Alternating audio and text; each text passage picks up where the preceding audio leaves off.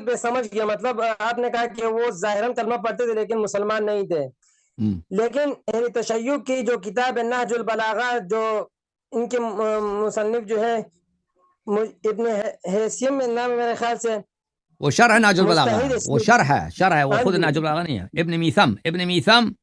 ابن میثم البحرانی جی البیزن، جو یہ اپنی کتاب میں لکھتے ہیں، جز نمبر 31 ہے، صفحہ نمبر 486 ہے۔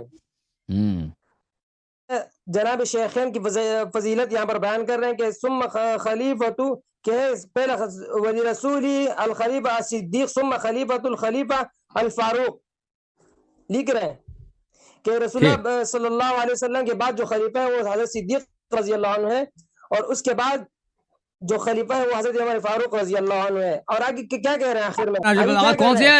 ابن میثم کی شرح نہج البلاغہ، یہ جو اتنے 21 جلد نمبر 21 آپ نے بولا؟ میرے پاس جو ہے یہ صرف 5 جلدوں کی ہے، یہ میرے پاس جو ہے شرح نہج البلاغہ ابن میثم کی جو ہے نا وہ صرف 5 جلدوں کی ہے بھائی۔ آپ دیکھیں یہ ان کی جو شرح ہے یہ کوئی مصادر میں سے تھوڑی ہے، آپ کو مصادر سے دکھانا ہوگا نا کہ یہ کس ہاں اس کے سند دکھانا ہوگا، کس کتاب سے اس نے نقل کی۔ اس طرح تو نہیں ہوتا کہ فلاں اب اس نے ہو سکتا ہے اس نے مخالفین کی کتاب سے نقل کی ہو نا، وہ کتاب آپ کے پاس ہے، دیکھیں یہ میرے پاس شرح نہج البلاغہ ابن میثم کی شرح نہج البلاغہ، یہ اس کی آخری جلد ہے جو میرے پاس جو ہے، جلد نمبر شرح نہج البلاغہ ہے، اب یہ آخری جلد ہے، جلد نمبر 5۔ ہو سکتا ہے مثلا دوسرا جلد 31 جلد بھی ہے اور دوسرے چاپوں میں، مجھے نہیں معلوم۔ اب وہ اگر کوئی نقل کرتا ہے، ہاں وہ ایک شرح میں کوئی وہ روایت نقل کرتا ہے، یہ ہو سکتا ہے مخالفین کی حدیث ہو، شیعہ حدیث نہ ہو، وہ کوئی ضروری نہیں ہے۔ آپ اس کا مصدر سے بتائیں، کوئی شیعہ حدیث نہیں ہے اس طرح کہ ابوبکر عمر کی تعریف ہو۔ دوسرا سوال